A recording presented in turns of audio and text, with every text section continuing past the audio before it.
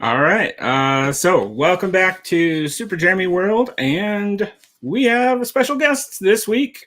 Blues Tech is actually here for the Two Brothers Retro Games and Tech broadcast. So thank you guys for tuning in today. We're really excited to have you here and to chat about retro games and tech.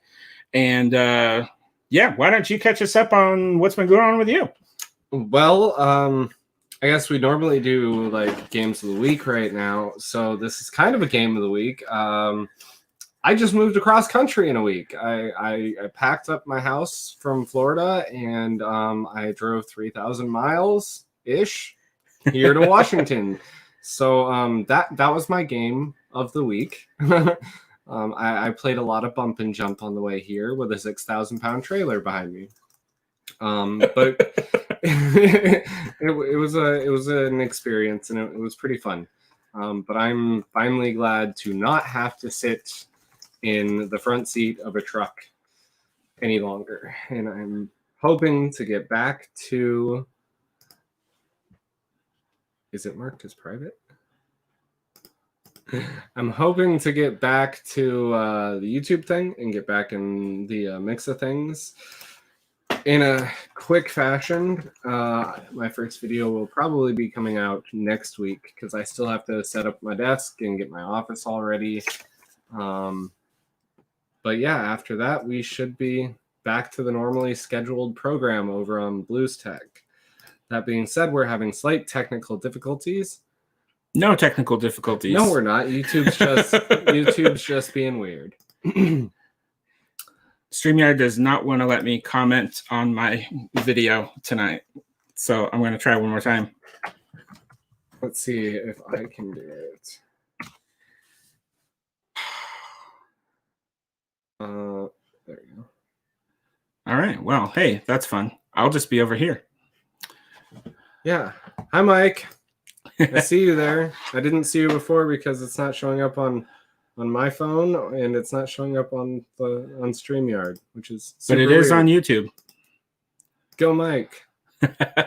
So yeah, I guess I'll jump in with the games I've played this week. I actually have a pretty decent list this week because I opened my retro game treasure box after our last Two Brothers chat, and thank you once again, Michael Garvey, for filling in last week for Aaron. That was awesome, and yeah, so that was super cool to have you on there. Michael, thank you again. This is the best podcast in the universe that's broadcasting right now in Oak Harbor, Washington. Wait, did I say where I live? I sure did. You just sure did. Cool. Anyway, that's where we're broadcasting from. I just said Washington. You just went full on and just told the whole universe. Whatever. Michael, you going to show up at my door next week for a live broadcast? So anyway, so things I've been playing. This is what I got, and if you watched the video, you already saw, but I got some NBA Jam, which this I've never played before, but got my Genesis, and that was super fun. Played Gyrus. This is a super cool shooter where you're actually like going around, and you're kind of like, instead of across the bottom of the screen like usual, you can like go around a circle shooting at things, kind of like you're looking down a pipe. So that was a really fun little game. Commando, really hard on my thumb, but also a fun game to play on NES. Days of Thunder, not my favorite racing game, but really like the movie, so the nostalgia factor is pretty high on that one. And Myland's Secret Castle was one that we had when we were kids, and it's not a great game, but it is one that again, it has the nostalgia factor for me. So those are the main ones I played. And I posted the video for that, so you can go back and watch that gameplay if you're interested, if you haven't already. And Michael says they all sound like fun games, and they are.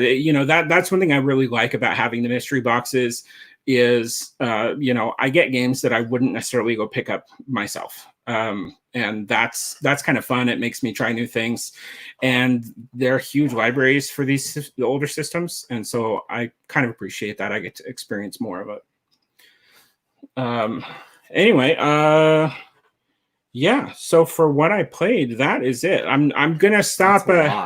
I'm not gonna keep retelling my tales of D&D, but I did do another D&D session on Saturday, and I am still just in love with the game. Gonna keep playing it, and highly recommend it. Honestly, if you've been thinking about it, give it a go. Okay. Well, I'm about to jump into that world too, blind, because I only dabbled in it in high school and I haven't touched it since. So I'm a recertified D&D virgin, as it were. So I'll be jumping into that pond very soon. Cool. Yeah, we'll have to get in campaigns together. It'd be kind of fun. It would. All right. So let's move along. Actually, before we move, I've got let's move along. We're going to do some speculation.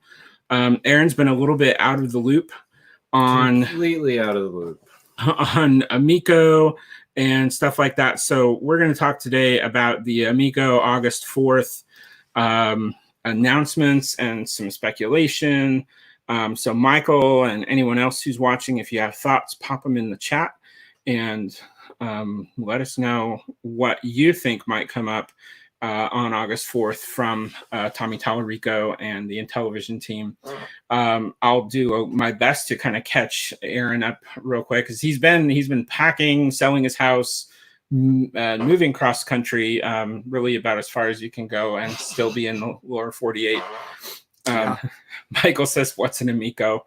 You know you are our favorite troll, Michael. 100%. It wouldn't be the same without Garvey. Yeah. So there hasn't been a whole lot of news, like news. Did you get to see the gameplay from Cloudy Mountain? Yes. They released. Okay, that was really cool. That's probably the biggest thing that's come out that I can recall. Yeah, I got to talk about that on AAA. Oh, okay, cool. On that time. Nice. So yeah, that was for some really cool gameplay. I'm really excited for that game, and I think last week maybe I was talking with Michael about the idea of like what they could do in future versions, maybe make it a little bit more like maybe there are classes or at least different weapons you can choose. Maybe you have like a healer, some different roles that people could play. I know when I was on AAA, a lot of us agreed that there should either be individual sightlines like Fogs of War, or a much smaller radius for the whole group, to give it that little extra bit of scare, because the original you couldn't see nothing, right? So I kind of want that same little, and that could be part of the karma system too. Like the better you are at the game, the smaller your circle gets. Oh yeah. So we thought that would be a really cool, interesting little thing to do. Yeah, because there's it wasn't so bad on the original Cloudy Mountain game when you had kind of a straightaway. Mm-hmm. But if you were going around one of those corners where it's kind of looping you around and you can't even see like a quarter inch in front of you, but you can hear that like either the snake or the thrum of the dragon. Yeah. Oh man, that is some scary stuff. That snake was the most creepy noise in the world to me when I was a kid, and is probably the reason why I have a disdain for snakes. I'm afraid of snakes, so maybe it's Intellivision's fault. Maybe we should sue Intellivision for our fear of snakes. We're not suing. We're not suing, Tommy. Just don't listen to that. So Michael says, yeah, different classes, maybe a troll. Of course, you suggest a troll. But I mean, Tommy, if you want to come on right now and soothe our emotional states about the snake in Cloudy Mountain, you could do that. You just got to say his name one more time, Jeremy. That's true. I'm going to save it though. Oh, okay. Okay, so really, we haven't had a ton. What I expect from August 4th. First off, I think if there is going to be a release date change, we'll get it August 4th. So there's still like 10/10/2020 is still the published official release date, but we know that they've not necessarily been able to get all of their testing done that they've had to do because of COVID, and other things. So I expect if there is going to be a change in that date, that it would be announced August 4th. On top of that, I really am hoping for more either more developers or more partnership announcements, and possibly a new gameplay trailer with like multiple games like they did with the VIP announcement. It'd be nice to see updates of some of the games, or just even a new set of games that they didn't show before. That's one of the great benefits, I think, of if there is a delay, is they're going to end up with all this extra time to kind of prepare games. Games will be farther along. They'll be able to have more developed and ready to go at launch. So there are maybe we'll get more pack-ins. There are some positives. More pack-ins would be cool. And that's definitely something that they could drop an announcement on the 4th. So how about you? I'm skeptical. If there is a date change, I don't think we'll hear about it until much closer to the original launch date. Because I know that that's a special date for Tommy, and he said, he won't let it affect the business, but it is still the date he would like to release on. And I think that they're going to try as hard and as long as they have to try and get that date pushed, or to keep that date solid. So I don't think August 4th will be the day that we get that announcement for the change, if it indeed does get a change. I do think it'll be more of a game centric announcement. Mm-hmm. Because we say announcement, it's really going to be a press release. So I would definitely feel like it's going to be more of a gameplay trailer, like Xbox just did, that sort of thing, with a little bit more community, maybe having some select people from the community come around for the press release, do some demos or something like that. Maybe. I think it's still a little early for that kind of thing, but it's possible. Yeah. Michael says maybe 2 launch dates, and I've been a proponent of this. This is it is absolutely 100% selfish, but I think they could do a soft launch by releasing the Founders Editions. They're already doing that. Well, but they're not doing. They're only supposed to be out like a couple days earlier than launch. But I'm saying, like, if they want to keep 1010, but they can't do that many units, maybe they can eke out 2,600 and ship the Founders and the VIP, the Founders and the VIP. And some of us didn't make it. And then at least you live close. You could come play if you needed to. Can I take it apart? No. What's the point? Yeah, maybe you should you could go work at Intellivision. You could get all inside it now. That's a heck of a commute. They just opened up a much closer location in Salt Lake. I don't know if that's much closer. It's closer than Southern California, right? I can't imagine it's that much closer. It might be an hour or 2 closer, but we're still talking about 10 hours. Yeah. So anyway, I could see it happening. Again, if they can only get out so many units, and that's really the only thing, is like production's going, and on 1010 they're not going to be able to do 10 or 20 or 30,000. But maybe they have enough to ship the Founders, and maybe they have enough to do Founders plus VIP, something like that. That would be kind of cool.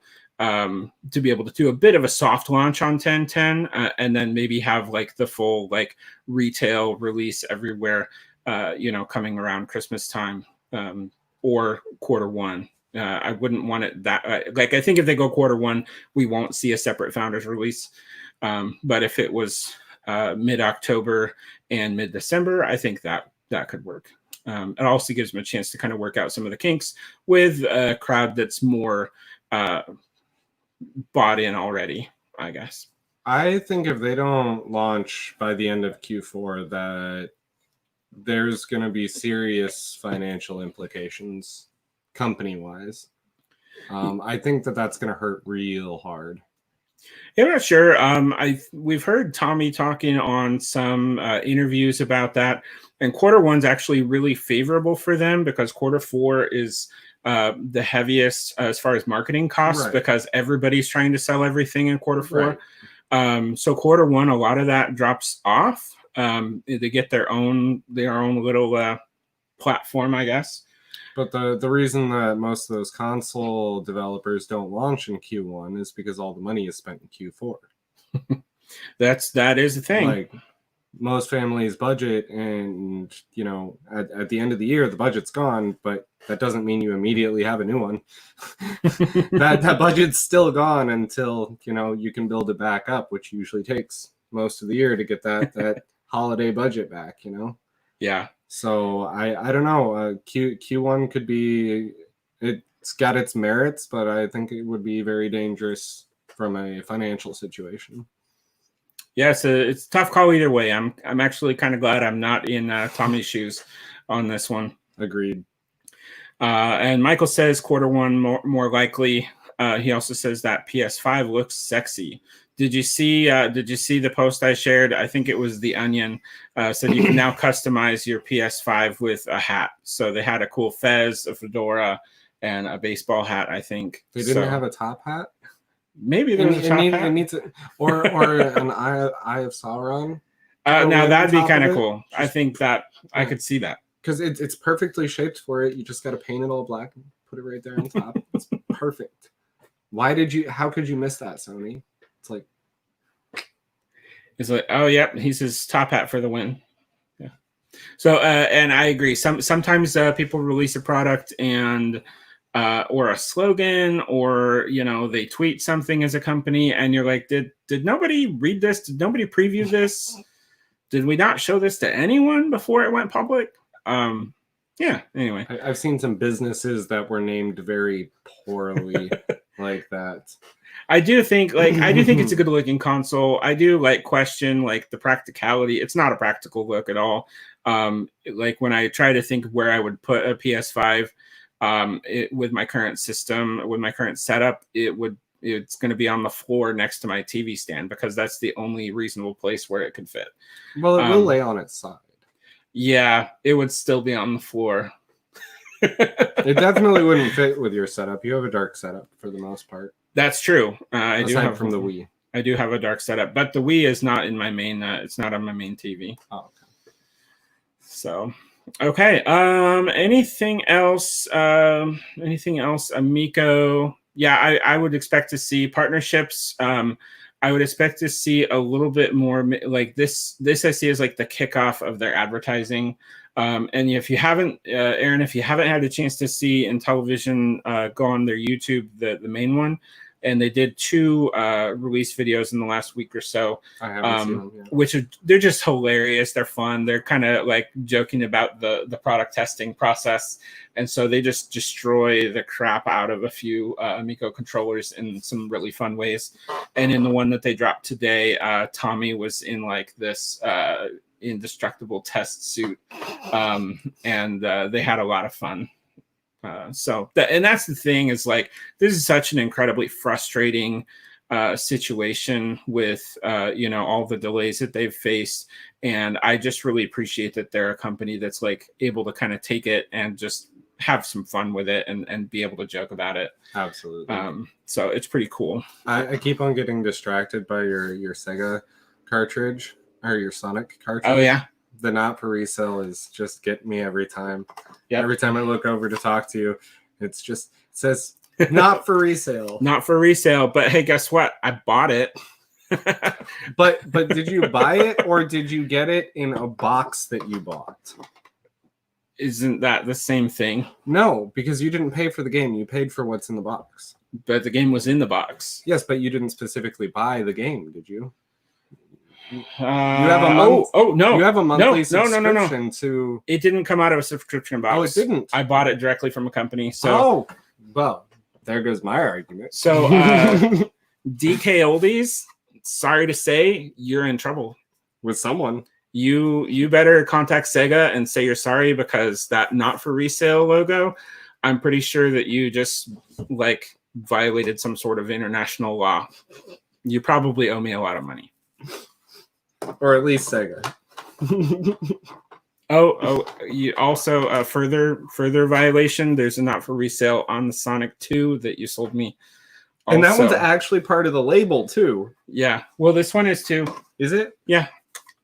Oh, it's original. It looks like the first one looks like it's a stuck-on.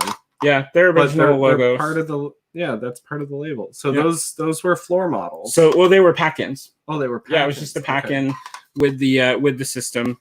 So anyway, not for resale. I'm sorry, I get distracted. It's a new environment, so I see things and ADD. That's right. It's around. So that's honestly what a lot of this stuff is here for, is just like catch people's eye and look interesting when I'm doing my videos, because clearly like the interesting thing is not here. So I surround myself with interesting things. Surround yourself with interesting and you will become interesting. There you go. It's very zen, right? Okay, Michael, I was not paying attention. I don't know what the reaction was for, so you might have to type that in and let me know. So I'm going to share this next segment.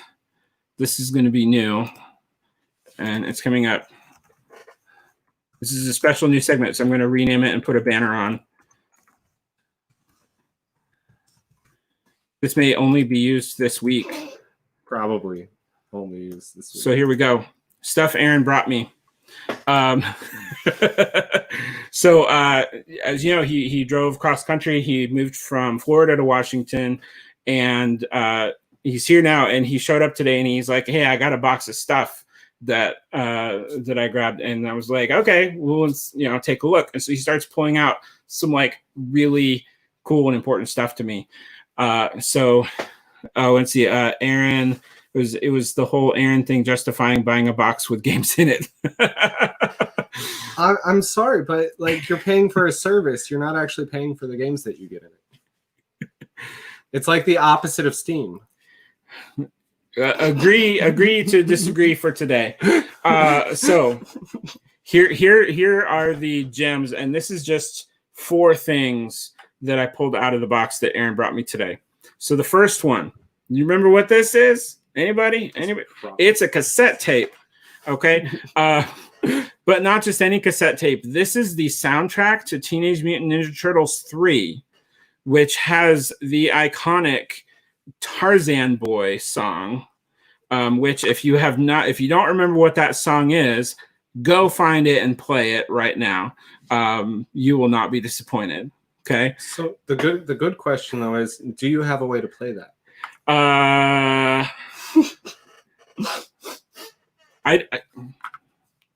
Does the van have a cassette player? My truck can. No, I got rid of the cassette player in the truck. The van does have a cassette player. Does it work? We don't know. We've never had a cassette to put in it. Do you want to test it on that? So I might. I wish I could get a pencil and rewind this thing. That's still thing, right? What a strange device. So this is a blast from the past. I was actually trying to think of where it was that I picked up that song, because that's a song that kind of gets stuck in my head, that Tarzan Boy. It's one that just iconic from my youth, and I was like, I know I had a tape with that on it, but I couldn't for the life of me remember what it was from. And when I was like searching for this song online, I couldn't find like what movie this came from or what album it was on, and then he just shows up with it today. So it came from the worst Turtles movie ever made. No big deal. Enough said. Okay. Next up. Okay, this is pretty cool. We have Return of the Jedi,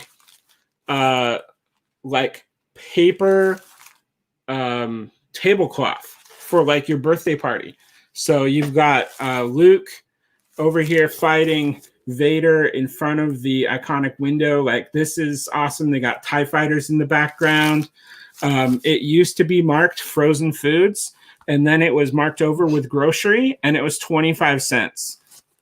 And so now, like, you can see it's like yellowed, but super cool. And actually, The question is, do you take it out of the plastic? This doesn't feel like paper. It actually feels like it could be that plasticky table cover. But yeah, this is pretty cool. So yeah, Breakfast with the Skywalkers. So do you take it out of the plastic? Do you justify that? Or because it's really not even a memorabilia piece, because it's just one of those things that always got thrown away. So do you take it out of the plastic or do you leave it in? I don't know. I think honestly, I will probably try to price it and see if it's worth anything. And if it is not really, of course you would say no. We'll just ask Pete. Yeah. Of course, as well ask Pete. Of course, it's not a box, so you can put it in a box. But I just I love it says copyright 1983. It's got the official Return of the Jedi logo down here. I love the actual artwork on it too, because you can see an X-wing or a TIE fighter. Yeah, no, sorry. Yeah, you got the X-wing, and then over here you got the TIE fighters, and you've got an Imperial transport ship. Oh yeah. And then I love stuff that has the original price tags. So that's really cool. Definitely a cool piece. Yeah, so that came from Grandma Taylor's house. Yeah, I don't doubt it. We come from a long line of hoarders. Yes. And we come by it honestly. So well, obviously it's still in the family because I hoarded it. and now I will. Was that a movie or something? Yes, go search the Star Wars. THE Star Wars. The Star Wars. May the Schwartz be with you.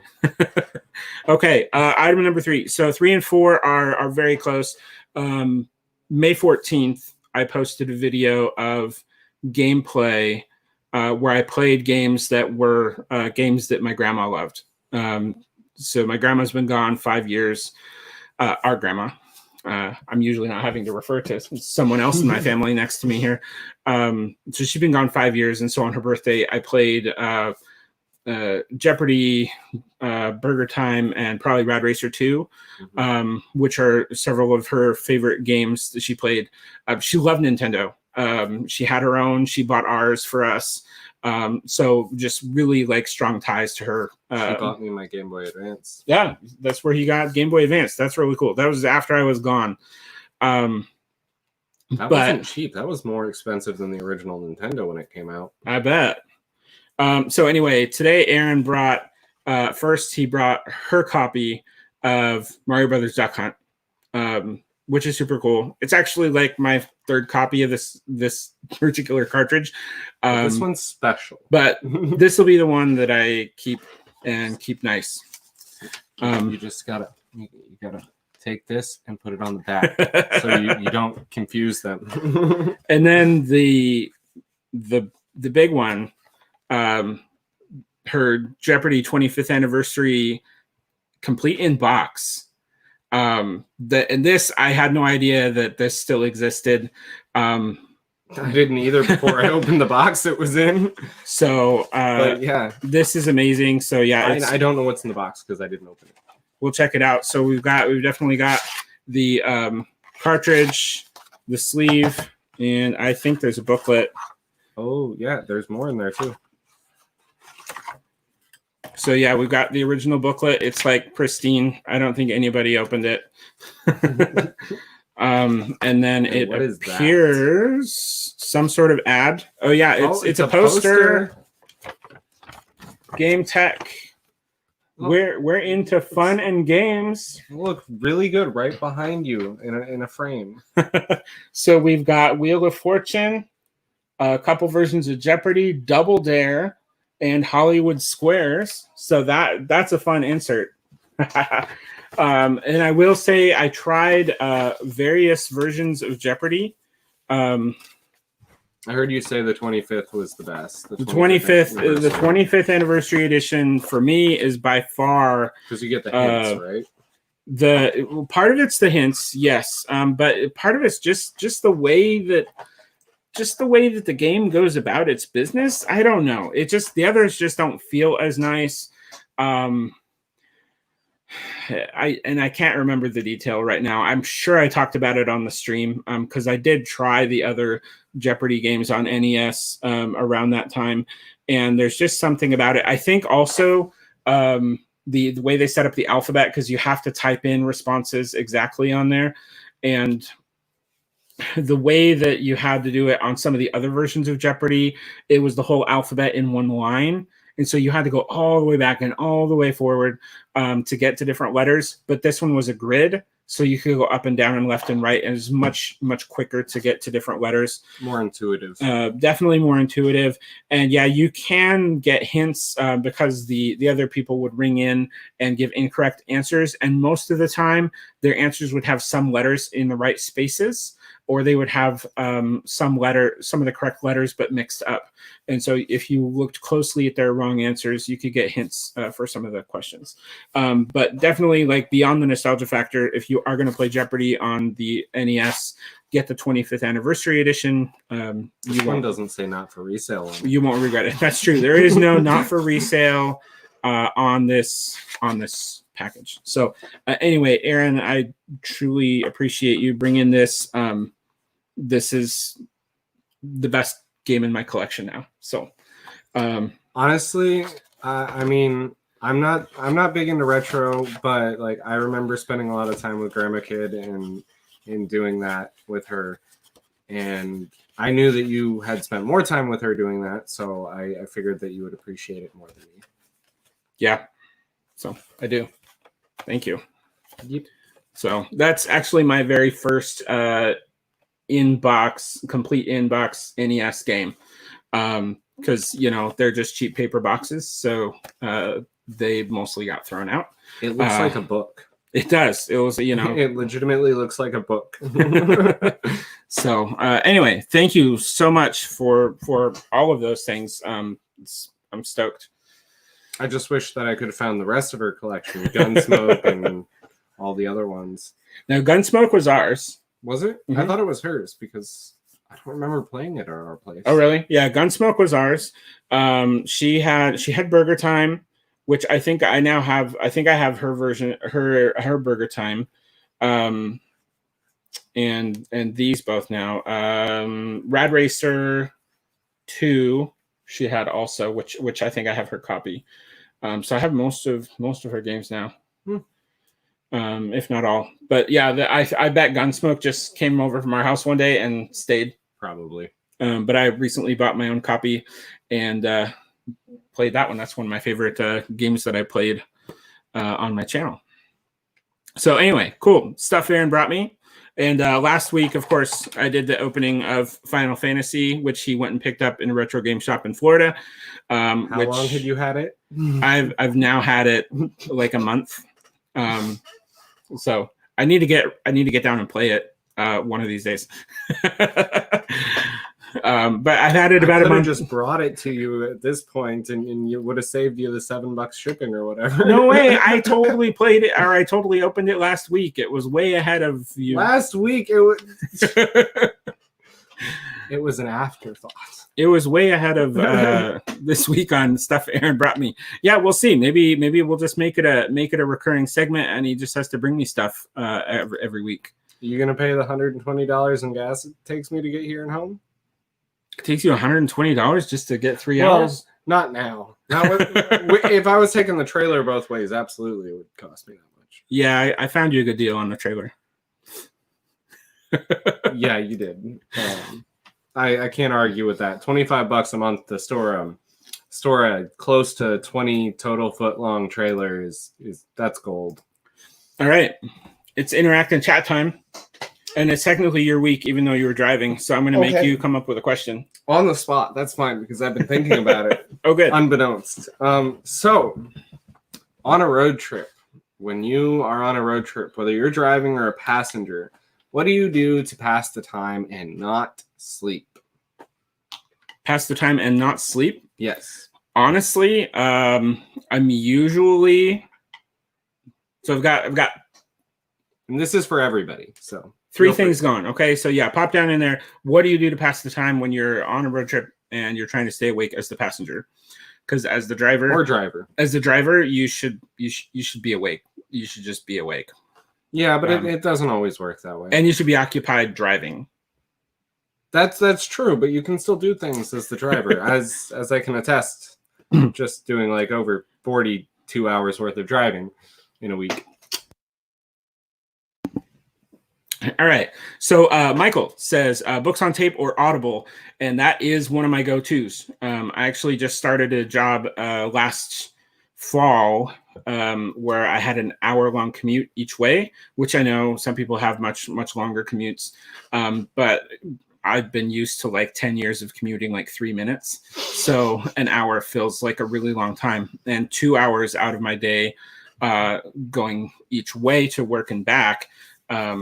I started listening to audiobooks. And so that's most of what I do. If it's like an hour and it's just me in the car, I put on my audiobook and I'm just kind of off in that world. Books that I listened to last year, I'm really fond of like getting a series that's great. So I'll just share briefly 2 series that you really should check out if you haven't.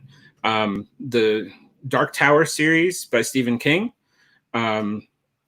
Just love following Roland on his journey to the Dark Tower. And then also the Dresden Files by Jim Butcher. That's an amazing series. Just the elevator pitch for it is you got a private eye wizard in Chicago, modern day. And I just love the series. So if that sounds interesting, it's the genre is urban fantasy, which is pretty cool. And definitely recommend both Dark Tower and Dresden Files, especially the audiobooks for Dresden Files are amazing. James Marsters does an incredible job on those. Other things I do in the car, if I'm a passenger, I always bring along my little backlit Game Boy Advance with all the games on it. So I just plug in my headphones and I can play on there. I know not everybody can stare at a screen while they're in the car because of motion sickness and stuff. I'm one of those people. So I can't read or stare at a screen. Otherwise, I get motion sickness. I can do that. Now I used to read my Kindle, like read, books on the Kindle, like ebooks. That thing that old people do. Yeah. And it's kind of like, it's still, I used to do it, but now I'm so into audiobooks that I tend to not read books on my Kindle anymore. I just get the audiobooks and put them on my phone, and then I just listen. Ignore these up here. They're just there for show. Yeah, that's true. Those are an arcane form of book. Media. It's like an old-fashioned ebook that you had to like hold and open and touch read. It's so weird. What's a Kindle? It's what starts a fire. See what you did there. Yeah. I control too. Okay. The last, so let's see. I did the Game Boy Advance. I did Audible. Oh, the other thing I really like to do is YouTube. So I have a YouTube Premium subscription. We end up with a lot of like when we're driving, we end up with a lot of like dead zones for cell service.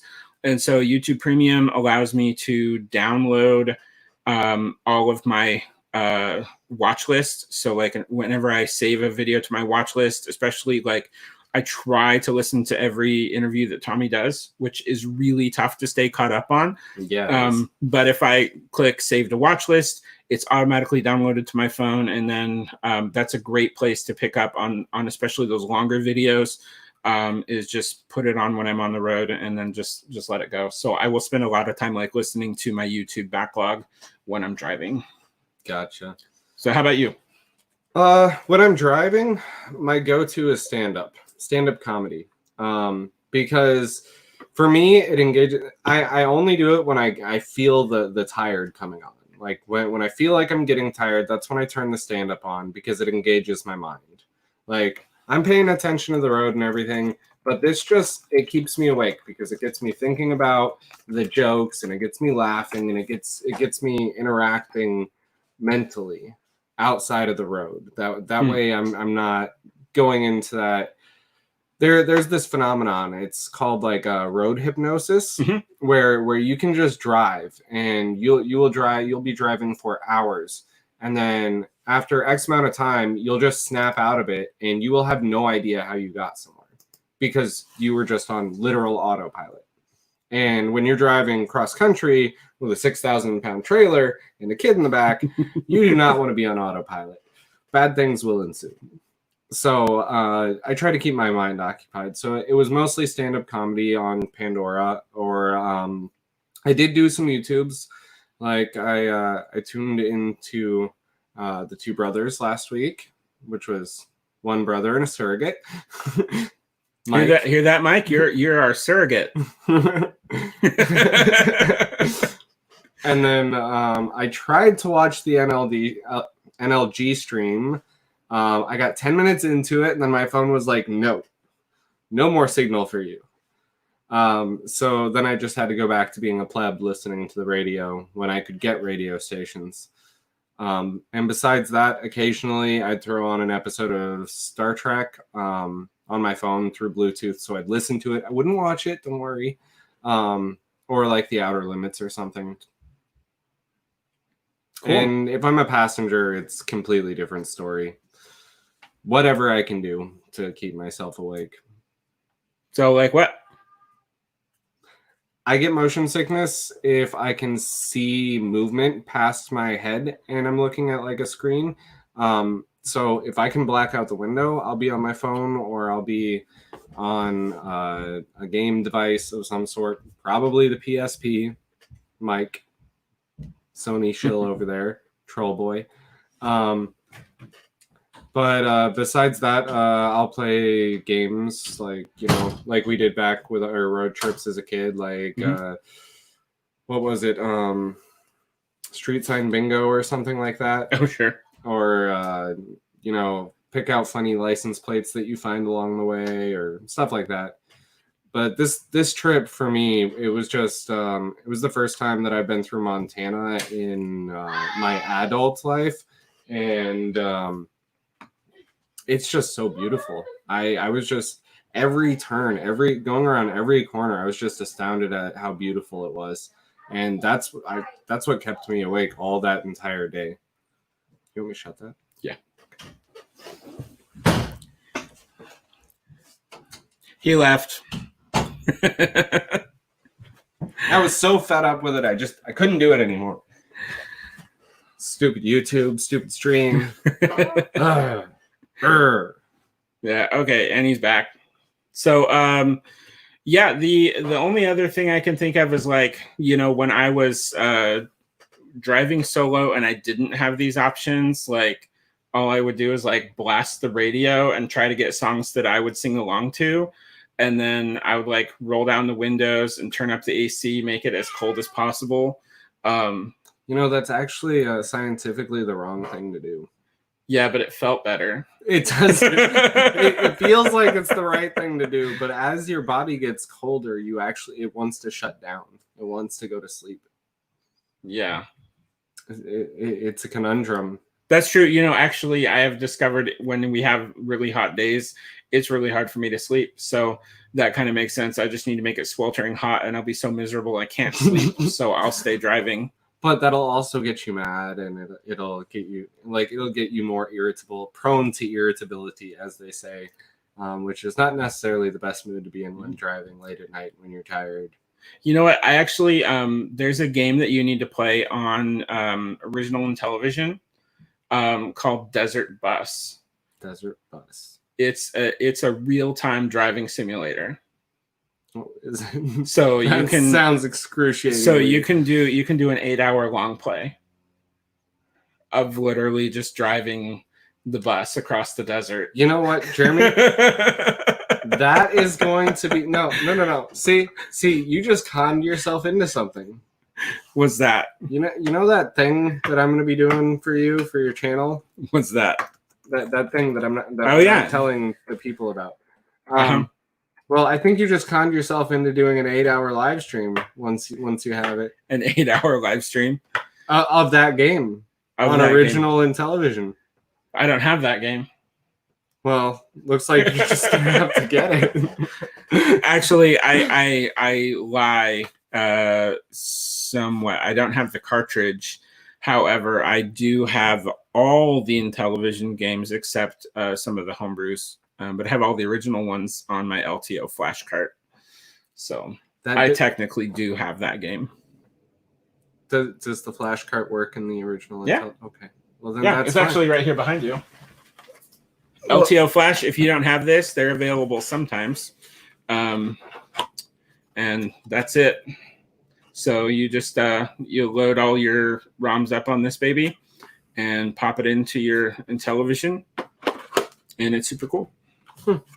Interesting. So, LTO Flash, highly recommend it. When you see it available, buy it. So, because one of the big reasons that I'm doing this thing for Jeremy's channel is so that he will be able to play the actual games for everybody to see. Oh, that's true. So it's going to have it's going to make it so that I can play my original systems with the cartridges and stream that. Yes. Cool. Hopefully, in the best possible way that can be done with modern technology. Yes. That modern technology would be cool. Full disclosure, if I haven't disclosed this already, all of my streaming videos or all the gameplay videos that I do, I'm running off of emulators on a 12-year-old laptop. I think it's 12. Yeah, 2008. So I think between all these hints, you can probably figure out what his channel is going to be getting. So yeah, the ROMs were made by the Romulans. Yeah. They're trying to undermine our economy, man. How dirty is that? Pesky. I do not have a PSP with like over 2,000 ROMs on it. I do not. Nope. I think ROMs is actually, we should probably quit using the term ROMs. It's probably offensive. Yeah. So we're going to discontinue use of the word ROMs because Romulans have found it offensive. Should we just say lands? Romulans? Nope. That's not any better. I think we just have to call them fake, messed up Vulcans. Messed up Vulcans. Yeah. I just had that moment where Cisco is trying to pass a holodeck recreation of a Dominion conference off to one of the Romulan senators or whatever, and the senator's just like, it's a fake. The Washington Romulans. Yes, the Washington Romulan team. Sorry, we are way off topic tonight. That's okay. We were willfully unprepared for this one. That's true. We were somewhat unprepared, but getting him moved up here and fed was more important today. So troll. Okay, let's see what else we got on our list. So no major tech topics this week. I'm sorry, guys. No tech topics. I mean, we can talk about one of the standard topics like DRM or Xbox or anything like that. What do you feel about DRM? Let's tackle it. It can go right to HE double hockey sticks. HE. Hey, Michael, can you translate HE double hockey stick for me? Okay, so talk to me about what are different versions of DRM that you've run into, and do you have kinds that you don't mind? I mind anything that hampers my gameplay after I've purchased any game. So always online DRM is not okay. Okay. I should not have to be connected to the internet to play a game. Oh, there we go. It's HE. Oh, it's hell. Thanks, Michael. Way to say it on the stream after I went through all that trouble to not say it. Sheesh. Well, once he spelled it out like that, we should probably block him. I am a moderator. Let me just grab my phone here. So, so DRM in games. So what does it typically restrict you from? Well, it depends. Because it can restrict you from playing at all, like in the case of always online DRMs. So if you're not connected to the internet, you just don't play. Which originally Xbox One was supposed to be always all online DRM. Yeah, I remember they said that was going to have to be always connected or your games wouldn't work, right? That was the initial push. And originally, didn't they say it was going to be all digital too? And then later they rolled back and said, okay, we're going to do this. I think they tested the waters. I think there was more of a testing the waters type of thing than it was an actual announcement. But yes, I do recall them saying that. And the weird thing is, like, as we've seen Xbox realize that was a mistake trying to push the always online DRM thing, we've seen a resurgence of it on the PC side of things. Because there's more than a few games that are always online DRM now. So, and that kind of sucks for me because I'm primarily a PC user. But are you ever not online? No. But I might be someday. I might be offline someday, and I might want to play that game. And if I can't play that game that I own, which I don't own, I own the rights to play. I do not own anything, which is another topic that, Well, I'm going to say this is an interesting connection to what you've been talking about, because I recently bought the physical copies of D&D handbooks. So like I have the D&D Player's Handbook, Dungeon Master's Guide, and the Monster Manual. It's like the holy trinity of D&D books, right? And they cost, they're not necessarily cheap. Okay. You could have just thought that they're not cheap. There's no necessarily about it. They're not cheap. They're not cheap. But then when you go to like use an online digital character creator, guess what? They limit your options unless you buy the digital version of the Player's Handbook and other add-ons. And so I'm like, okay, I just dropped, $30 to $50. Why is there not a code in your book? Okay. That's what I want to know. I was like, so where is my, don't I get credit for buying the physical item? And like buying into that, like, why can't you say, okay, yes, you bought the physical book, so therefore we'll give you access to the digital components. Like, I don't even want access. A lot of things do that. But I don't even care about digital access to the book. I just want to create characters online because like I can easier. I can roll characters and I can create them on the sheets. Fine. But I want to just be able to like sit back on the couch and like open the character creator and go through it. And it's like, hey, yeah, you can do this, but you're limited to these races or these classes. But if you want to open the others, here, buy this. And it's like, I already bought that. Paywall. Okay. See, D&Ders have been dealing with paywalls and loot boxes for ages. Yeah. And so it's just another kind of version of that I've run into is like, yeah, honor the fact that I own a copy of this. And that's really what DRM comes down to, I think. It's like you're not honoring the purchase. You're not honoring the ownership that there is. Michael says there are ways, under the table ways. Well, at this point, unless you own a physical copy of a game, which there should be no DRM on, IMO. That's just my opinion. There should be no DRM on physical copies. If you own a physical copy, it's completely different than owning digital. If you own digital, you don't own anything.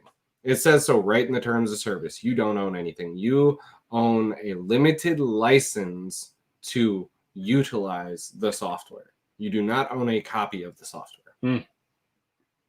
Yeah, now that is something that I love about the consoles that I'm particularly interested in collecting for. They're all cartridge based, all the ones that I'm really like collecting right now. And that's just, it's really cool that you can buy something that like this game is 30 years old and hey, here's my, 35 to 40 years old. Sorry, I just realized he's 30 and the games are older than he is. So 35 to 40-year-old games. And you know what? If the cartridge is clean, they tend to work just as they did when you bought them new, and you don't have to get an update. And that's absolutely one of the worst things about like my Xbox, which I dearly love. And I have some games on there I absolutely adore. Adore is the wrong word. Sorry, that I don't know where that came from. Sorry, guys. I really enjoy playing my Xbox, and I enjoy playing some certain games on there a lot. That's what I'm saying. Man, getting tripped up on the language today.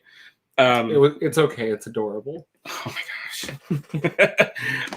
But it is frustrating because I don't play the Xbox a whole lot. So when it does come time to play the Xbox, I have to do the update. And I have to update the OS a lot of the times. And then I have to update the game. And it's, however long. And by the time the update's done, I'm out of time that I can play. And that's a really frustrating thing. I don't believe in... Past, so launch console and then 1 or 2 updates. I believe in that. That's it. Past that, there shouldn't be any console updates, in my opinion. Yeah, I think if you don't have it quite right on launch, because there's always bugs. There will always be bugs on hardware. If you don't have it quite right on launch, that's fine. But don't continue updating it for a decade. That's just pointless. The only reason they're doing it is to stop a very select group of people who aren't even running pirated games. They're running homebrew. They're trying to run unlicensed software, which doesn't mean pirated games. It means other software, like running emulators for NES or something. Mm-hmm. Or even running Windows or Linux, like the people trying to do that. It's got nothing to do with your console or your games or whatever. So stop trying to update and patch people from doing it. I guess it kind of comes down to the same DRM thing where they want to say you can buy this, but it's not yours. Which gets us on to right to repair with automobiles. Like, do you have the right to fix your own car in your own garage? With Teslas, you don't. And if you have the right HOA, you don't either. That too. This is why I'll never live in an HOA. You can set Xbox to download updates automatically. What's funny is I think I have that setting because that's the setting I want it to do, and it's always online, but it always seems like there's an update anyway. It's frustrating. Not adorable. Okay. Adorable. We're moving on. Coming up this week, you got a new setup. No, I don't. A non-setup. I am not set up at all. I need to buy a desk. But you have a place to set up. Yeah, I have a place to set up, at least for the next few months. But I need to get a desk, and I need to actually get set up, and then I can start making content again. Until then, it's just blank space for me. So tune into Super Jeremy World because he'll get your fix. All right. Can you grab me that little stack over there? No, please. What do I look like? You're the one who's closest. That's a good answer, brothers. Here you are. Thank you. Are any of those adorable? No, and neither are you. Okay, so this, if you watched, I think I posted this morning, my unboxing from Video Games Monthly. So this is a little preview of what you'll see on my Video Games Monthly gameplay video, which I'm going to title July gameplay. So guess what? It's going to be out this week because I'm not going to title it July and put it out in August. I just can't do that. You realize it'll still be out in August, though, right? It will still be out in August, but it'll be posted in July. So this week you'll get to see me play the following: Street Fighter 2 Special Champion Edition, Mortal Kombat 2 on the Genesis also. And then the Black Bass from NES. So I don't know anything about this except that apparently this Hot B group, they're hardcore fishermen. And so I've heard that this is kind of like, reminds me of Desert Bus in the way it was described to me. They're like, you may be waiting for fish. And I was like, well, that's a true fisherman designed this game then. Dr. Mario, which I've never played, but I'm excited to. And then the last one, Tetris 2, which looks like it has, I've heard it has new shapes, and then also it looks like it has explosions. So I'm going to try all those. So those will be on the channel later this week. So that's what you have to look forward to from me. I also have another Wouldn't It Be Something Amico video to drop sometime in the coming days. So it's cool, and it's just one of the, again, another one of my little speculation, like what if Amico got this, what if Amico got that, and it's maybe my favorite one. So we'll see what you guys think. Okay, I guess that covers us. So when you're back to producing, we'll see what comes up on BluesTech maybe in another week or so, after 2 weeks. Probably next week. Next week. Next week. Cool. And next week should be back to the same format. Back to you'll be at your own place. Well, yeah, I'll be back at my own place. Okay, good. And we'll have all our pretty stuff all over the screen, and cool intros and outros again. And yeah, so if we someday I will have capacity to do cool things with OBS, but right now my 12-year-old laptop can barely pull together the strength to record me and play a ROM. So it's doing all it can there, and when I try to say, hey, how about you also broadcast that to YouTube, it can't. So it's like, are you trying to give me a heart attack or something? I think so. I think that's exactly what would happen. It just kind of stops. So anyway, thank you guys for tuning in. This was a special time due to schedules and moving and such. So hope we didn't throw too many of you off. I know we had Michael here. Yeah, Mike's always here. He doesn't even count anymore. He counts. Troll. He counts. And last week he filled in for you. So if he doesn't count, you know what? Two mics don't make it right. And we've had 2 mics on this show.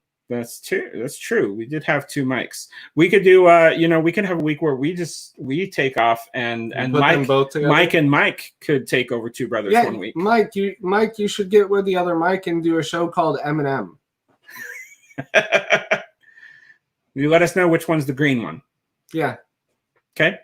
All right, guys. Take care. Thanks for tuning in, and we'll see you next week. Have a good night.